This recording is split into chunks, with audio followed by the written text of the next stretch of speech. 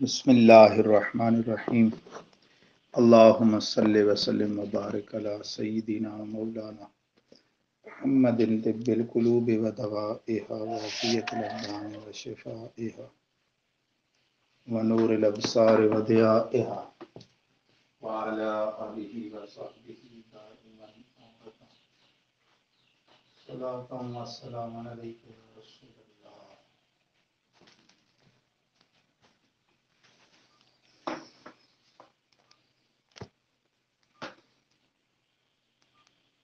آج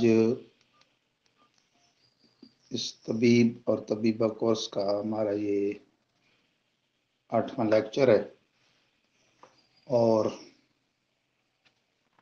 ہماری جو گفتگو چل رہی ہے طب کی تقسیم علم کے اعتبار سے، سیکھنے سکھانے کے اعتبار سے، علم طب، طب علمی اور طب عملی کی طرف اس کی تقسیم کا بیان ہوا تھا کہ طب علمی میں علم امور طبیہ ہیں، علم حالات بدن ہیں، علم اسباب، علم علامات، اور طب عملی میں علم حفظان صحت اور علم علاج۔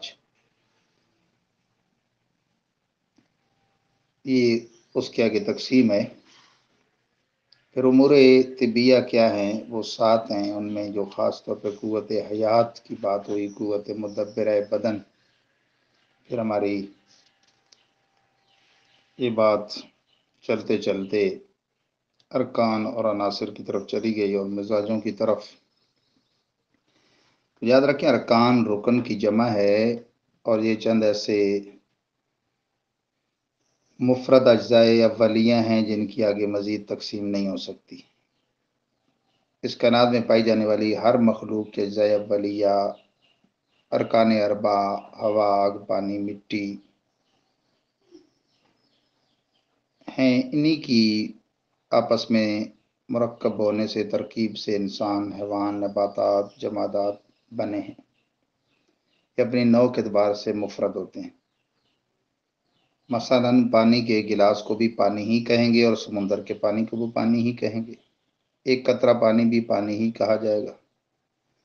فرق تینوں میں یہ ہے کہ جس مقدار میں جس جگہ یہ پانی موجود ہے اس ظرف کا نام لیا جاتا ہے۔ یہ گلاس ہے، یہ ٹینکی ہے، یہ حوض ہے، یہ نہر ہے، دریا ہے، سمندر ہے، اور یہ اپنی نوع کے اعتبار سے ایک قطرے سے لے کر سمندر تک پانی ہی کہلائے گا، اس کی مزید تقسیم نہیں ہو سکتی۔ اسی طرح مٹی کے ایک چھوٹے سے ٹکڑے کو بھی مٹی کہیں گے، بڑے سے بڑے ڈھیلے، تودے اور پتھر کو بھی یہی کہیں گے۔ جتنے آگے تقسیم کرتے چلے جائیں وہ مٹی ہی کہلائے گا۔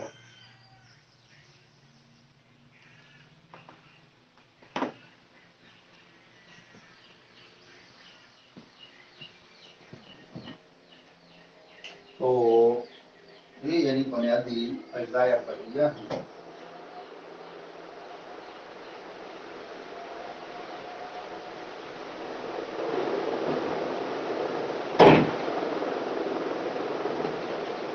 جن پہ اس کی بنیاد ہے۔ اب یہ بنیادی اجزاء اولیہ جو ہیں، ان میں پانی کا مزاج تر ہے، اور ہوا اس کی ضد کا مزاج خشک ہے، آگ کا مزاج گرم ہے، اور مٹی جو اس کی ضد ہے اس کا مزاج ٹھنڈا ہے۔ بعض لوگ انہیں عناصر اربع بھی کہتے ہیں، لیکن جدید سائنسدانوں نے کہا کہ عناصر اور چیزیں 119 سے زائد وہ کہتے ہیں دریافت ہو چکے ہیں، مزید معلوم نہیں کتنے اور ہو جائے، لیکن بہرحال 4 ارکان اربع کے گرد ہی سارا مطالعہ کائنات گھومتا نظر آتا ہے، اس میں مزید تجزیہ نہیں ہو سکتا۔ عناصر کا ہو سکتا ہے، عناصر سالمات اور ایٹم میں تقسیم ہوتے ہیں، پھر ایٹم برقی شراروں میں، برقی شرارے ایشر کی لہروں سے پیدا ہوتے ہیں، لہریں حرکت سے، اور حرکت شعور سے، اور شعور آفاق سے پیدا ہوتے ہیں۔ آفاق میں نے کہا تھا عقل سے بنایا گیا، اور عقل کل اللہ کی مخلوق ہے، تو اللہ تعالیٰ کے حبیب کو بھی کہا گیا وہ یہی تخلیق اول ہیں۔ ارکان کے آپس میں باہم فعل و انفعال، یعنی فعل اور فعل کے اثر کو قبول کرنے، اثر و انکسار یعنی ٹوٹ پھوٹ اور ٹوٹ پھوٹ کے اثر قبول کرنے، اثر و مؤثر، اثر اور اثر کا یہ نتیجہ اس سے بننے والی پانچویں مخلوط چیز وہ مزاج کہلاتی ہے۔ ارکان اربع اور پانچویں مزاج، اور مزاج کی پھر دو قسمیں، مزاج مفرد، مزاج مرکب۔ اس میں ہمارے جو قدیم اطباء ہیں، اطباء یونانی، انہوں نے بہت تقسیمیں کی، بہت الجھاؤ پیدا کیا، لیکن یہ جو نظریہ ہے نا، اس کا کمال یہ ہے کہ اس نے کام شارٹ کر دیا اور بالکل نکھار کے پیش کیا ہے۔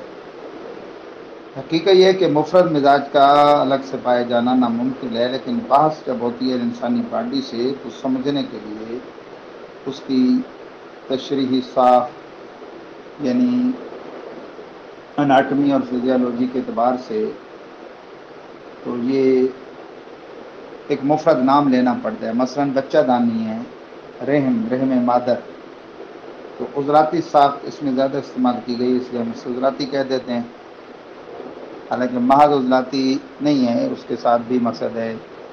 دوسرا مزاج ہوگا، عضلاتی کا مطلب ہے خشک، اسی طرح جس سے ہم کشری کہتے ہیں اس کا مطلب ہوتا ہے گرم، آسابی کا مطلب ہوتا ہے تر، اور مخاطی کا سرد۔ یہ میں کئی دفعہ وضاحتیں کر چکا ہوں۔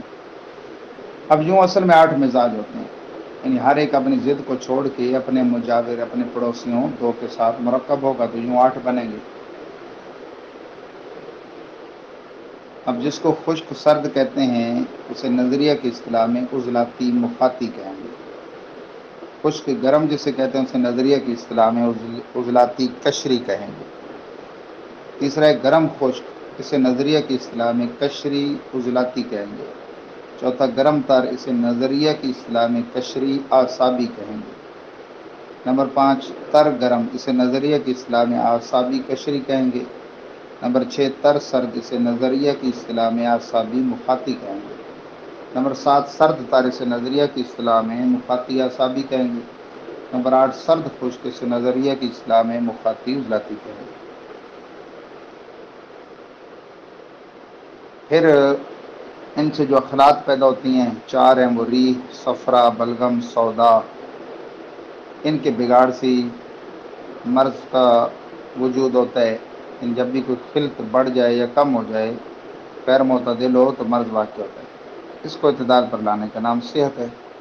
اس سنہری اصول پر کئی 100 سال عمل پیرا ہو کر علاج معالجہ کیا جاتا رہا۔ اب خلط ہے کیا؟ اطباء یونان تو کہتے ہیں کہ خلط ایک ایسا تر رطب سیال ہے جس کی طرف غذا پہلے پہل استحالہ کرتی ہے، یعنی ہم جو کھاتے ہیں وہ معدے کے ابتدائی عمل ہضم سے مغلوب ہو کر آشے جو کے آٹے جیسی شکل اختیار کر جاتے ہیں، اسے کیلوس کہتے ہیں۔ پھر یہی کیلوس پورو کے ماساریکا کے ذریعے جگر کی طرف چلا جاتا ہے، ماں اسے کیموس کے نام سے پکارا جاتا ہے۔ جگر اس کو اپنے عمل سے پکاتا ہے اور خون کی شکل بن جاتی ہے، اسے وریدی خون کہتے ہیں، جو دل اور پھیپھڑوں کی وساطت سے صاف ہو کر شریانی خون میں تبدیل ہو کر شریانوں کے ذریعے جسم کو غذا پہنچاتا ہے، اور یہ خون اخلاط اربع 4 خلطوں کا مرکب ہے۔ خلط ری کا اولین جز ہوائیہ کہلاتا ہے، خلط صفرا کا اولین جز ناریہ کہلاتا ہے، خلط بلغم کا اولین جز مائیہ کہلاتا ہے، اور خلط سودا کا اولین جز ارضیہ کہلاتا ہے۔ یہ یاد رکھیں کہ جز اور کل میں صرف تعداد اور مقدار کا فرق ہوتا ہے، نوعی اعتبار سے جز اور کل میں کوئی فرق نہیں، لیکن دوسرے ایک دوسرے کے لیے لازم اور ملزوم ہے، یعنی جز کے بغیر کل نہیں اور کل کے بغیر جز نہیں ہے۔ جز ہوائیہ کے مالیکول جب باہم اکٹھے ہوتے ہیں تو خلط ری بن جاتی ہے، جز ناریہ کے مالیکول جب باہم اکٹھے ہوتے ہیں تو خلط صفرا بن جاتی ہے، جز مائیہ کے مالیکول جب باہم اکٹھے ہوتے ہیں تو خلط بلغم بن جاتی ہے، اور جز ارضیہ کے مالیکول باہم جب اکٹھے ہوتے ہیں تو خلط سودا بن جاتی ہے۔ انہی کے باہم ملنے سے جو صورت سامنے آتی ہے وہ خون کہلاتا ہے۔ مثلا ایک مثال ہے کہ خون کو آپ فرض کر لیں دودھ، جب دودھ کو جوش دیا جائے تو اس کے اوپر بالائی آ جاتی ہے، یہ صفرا ہے۔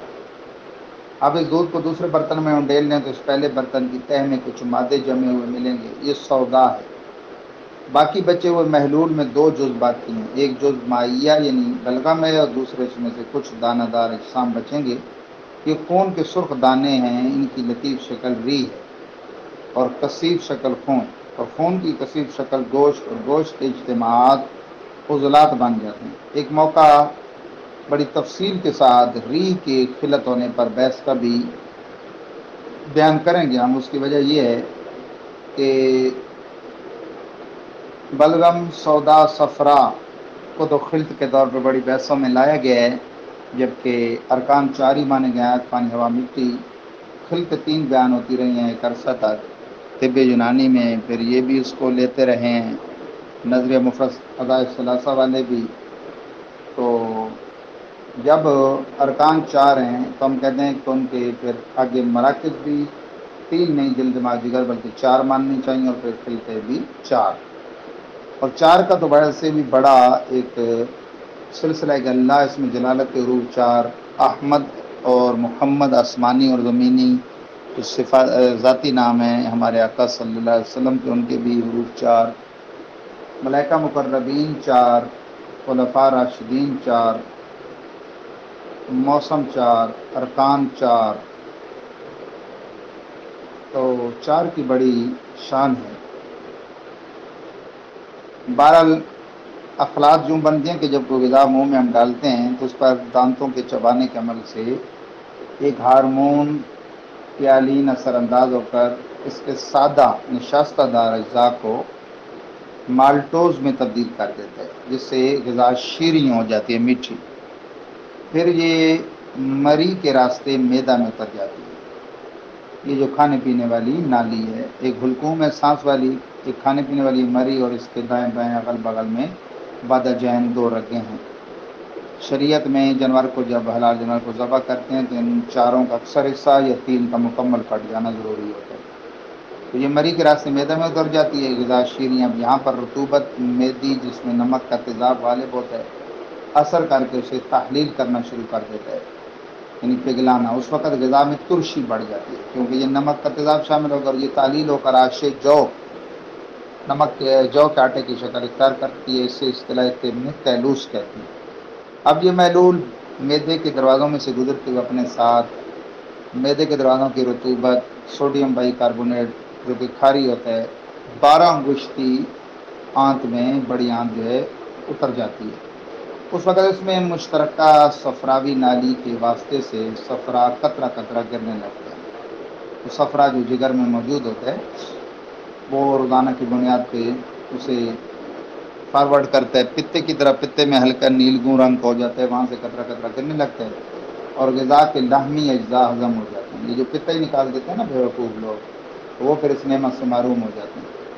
اس وقت غذا کا ذائقہ نمکین ہو جاتا ہے، جسے آنتیں ہضم نہیں کر سکتی، تو یہی پر اس غذا میں رطوبت لبلبات شامل ہو کر اسے پھیکا کر دیتی ہے، اور یہ آنتوں میں اتر کر ہضم و جذب کے مراحل سے گزرنے کے لیے تیار ہو جاتے ہیں۔ اب غذا جو ہے اسے کیموس کہتے ہیں۔ یہاں پر اس ہضم کے عمل میں وہ شروع ہوتی ہے تو چھوٹی آنتوں کے عمل سے اس کے لطیف اجزاء سینے کے جو مختلف راستے ہیں ان کے ذریعے دل میں چلے جاتے ہیں، اور باقی بچا ہوا کیموس جگر کے دروازے کی ورید اور اس کی شاخوں کے ذریعے جگر میں چلا جاتا ہے۔ اب یہ جگر کی حرارت سے پکتا ہے، اور یہ پکی ہوئی چیز چار خلطوں کی صورت اختیار کر کے خون کہلاتی ہے۔ جب کیموس پر جگر کی حرارت عمل کرتی ہے تو اس کے جس حصے کو زیادہ حرارت پہنچ جاتی ہے اور زیادہ پک جاتا ہے اور اس کا رنگ زرد ہو جاتا ہے، یہ صفرا کہلاتا ہے، اور یہ جسم کی ضرورت کے مطابق خرچ ہو کر باقی پتا میں جمع ہو جاتا ہے۔ کیموس کے جس حصے کو حرارت کم پہنچتی ہے اس کا رنگ سفید رہ جاتا ہے، یہ بلغم ہے۔ کیموس کے جس حصے کو حرارت بہت زیادہ پہنچ جاتی ہے اس عمل سے سرخ رنگ کے دھوئیں کی شکل میں اٹھتا ہے، یہ ری ہے۔ اور جس حصہ کیموس کو حرارت نہیں پہنچتی یہ سیاہی میل گاڑھا ہو کر تل چھٹ کی طرح طے نشین ہو جاتا ہے، یہ سودا ہے۔ یہ چاروں اخلاق یہیں جگر میں اس کے پکنے کے عمل سے تیار ہوتی ہیں، اور ان کا مرکب خون کہلاتا ہے، جسے روح کبھی وریدوں میں دھکیل کر دل کے دائیں اذن و بطن میں پہنچا دیتی ہے. یہاں سے دل اسے پھیپھڑوں کی طرف بھیج دیتا ہے. وہاں اس میں اجزائے نسیم داخل ہو کر اسے شوق سرخ رنگ میں رنگ کر دوبارہ دل کے بائیں اذن و بطن میں بھیج دیتا ہے. اور یہاں سے روح حیوانی اور شریانوں کے واسطے سے پورے جسم کو غذا پہنچ جاتی ہے اور یہی سلسلہ قائم رہتا ہے. معتدل خون اور غیر معتدل خون کا بھی معاملہ یہیں سے ہوتا ہے. معتدل خون وہ ہے جو شوق سرخ شیریں قدرے نمکین اور جگر کی حرارت میں سے مناسب تناسب سے بنایا. جبکہ غیر معتدل وہ ہے کہ جس پر جگر کی حرارت کی کمی بیشی جس میں کوئی ایک فل ان چار میں سے کم ہو جائے یا بڑھ کر اسے متغیر کر دے تو یہ اسی تناسب سے متاثر ہو کر مرض کا باعث بنتا ہے. اگر اس میں زرد مادہ بڑھ جائے تو اس کے عمل دخل سے گرمی کے امراض پیدا ہو جاتے ہیں. اگر اس میں حرارت کی کمی سے سفید مادہ بڑھ جائے تو بلغمی امراض پیدا ہو جاتے ہیں. اگر اس میں پکتے وقت سرخ بخار زیادہ اٹھا تو اس کے عمل دخل سے ریائی امراض پیدا ہو جاتے ہیں. اگر اس میں حرارت کا عمل دخل نہیں ہوا تو یہ صحیح محل گاڑھا رہ جائے گا جس سے سردی کے امراض پیدا ہو جائیں گے. خون کا بڑا دخل ہے. یعنی اگر آپ موجودہ لیبارٹریوں میں تجزیہ کریں تو تجزیہ نگاروں کا کہنا ہے کہ اس میں 29% پانی، 12 حصے ہوا، 6 حصے ضائع لیفیا اور زلالیہ اور 3 حصے نمکین اور روغنی مادے پائے جاتے ہیں. پھر ری، صفرا، بلغم، سودا کے ساتھ بھی بڑا تعلق ہے. اس کا ری خون کے اجزائے ہوائیوں سے مخلوط ہے اور یہی خون کو جسم میں چلا کر دور و نزدیک کے اعضاء کو غذا فراہم کرنے کا سبب ہے. صفرا خون کے اجزائے ناریاں ہیں جو خون کے کیوام کو، یعنی خون کا جو وہ گاڑھا پن ہے، اس حالت میں رکھتے ہیں کہ یہ شریانوں وریدوں میں آسانی سے نقل و حرکت کر سکتے ہیں. بلغم خون کے اجزائے مائع ہیں جو خون کی تیزی اور ترشی کو دور کرتے ہیں اور اس وجہ سے اعضاء بدن کو ایذا نہیں پہنچتا. سودا خون کے اجزائے عرضی ہیں جو خون کے کیوام کو رقیق نہیں ہونے دیتے اور اعضاء عرضیہ سے ہی انسان کا یہ ڈھانچہ جو ہڈیوں کا ہیکل استحکام یہ بنے ہے. یہی جسم کی بنیاد اور سار ہے. تو بہرحال یہ پورا ایک نظام ہے اور اس نظام پر ہی سارا آگے دار و مدار ہے. اور یوں یعنی یہ ابحاث اور یہ تحقیقات اور دور میں رہی ہیں، آج بھی ہو رہی ہیں، آئندہ بھی ہوتی رہیں گی. یہ تو دعویٰ ہونا بھی نہیں چاہیے اطباء نظریہ مفردہ اربا کو بھی کہ انہوں نے فن کو بالکل کام کر دیا اور آگے تحقیقات کی حاجت ہی نہیں رہی اور اس سے پہلے نامکمل تھا، انہوں نے کام کر دیا. ہر دور میں تحقیقات ہوتی رہی ہیں، اس کی فوائد ہوئے ہیں. یہ ایک کامل اچھا جاندار نظریہ ہے جس سے خلق خدا کو صحت کا حصول ہوتا ہے. لیکن آگے اور بھی کوئی آ کے اس سے بھی بڑھ کے اس کو کامل بنا سکتے ہیں، کیونکہ بالکل کامل و اکمل اور مکمل تو کتاب اللہ ہے، اس میں کوئی ترمیم نہیں ہو سکتی. جس ہستی پر وہ نازل ہوا ہے وہ کامل و اکمل اور مکمل ہستی ہیں کہ ان کی عیب جوئی اور عیب چینی نہیں ہو سکتی. باقی انسان ہے، امتی کمزور ہے اور ہماری تحقیقات اور ہماری کتابیں بھی کمزور ہیں، ان کے اعتراض بھی ہو سکتے ہیں، ان میں کمی کوتاہیاں بھی بیان ہو سکتی ہیں. اب خلق پہلے ہے یا عذاب پہلے ہے، یہ بھی بڑی ایک بحث ہے. پھر مفرد اعضاء پہ بحث ہے، مرکب اعضاء پہ بحث ہے، بنیادی اعضاء کون سے ہیں، حیاتی اعضاء، طبی کردار ان کا کیا ہے، پھر اعضاء رئیسہ کون سے ہیں. تو یہ ساری انشاءاللہ اپنے اپنے ٹائم میں تھوڑی تھوڑی یہ بات ہوتی چلی جائیں گی. تو ان کو ایسا سمجھنے کے لیے بار بار ہزار بار ایک ایک لیکچر کو سنیں، پھر ترتیب سے سنیں کہ ہر اگلے لیکچر کے ساتھ پچھلے لیکچر کا ایک مخصوص تعلق ہوتا ہے. یعنی ہر اگلے لیکچر کے لیے پچھلا لیکچر ایک گویا تمہید کی صورت اختیار کر جاتا ہے کہ اس اگلے لیکچر کا سمجھنا پچھلے لیکچر پر موقوف ہوتا ہے اور وہ اس کے ساتھ ایسا جوڑ اور تعلق رکھتا ہے کہ جس سے بات سمجھ آتی ہے. تو بہرحال یہ اخلاط اربع جو ہے ری ہے، صفرا ہے، بلغم ہے، سودا ہے، ان کے حقائق کو بھی سمجھنا چاہیے کہ انہی کے کم یا بیش ہونے کا نام مرض ہے، اور پھر انہی کو اعتدال پلانے کا نام صحت ہے۔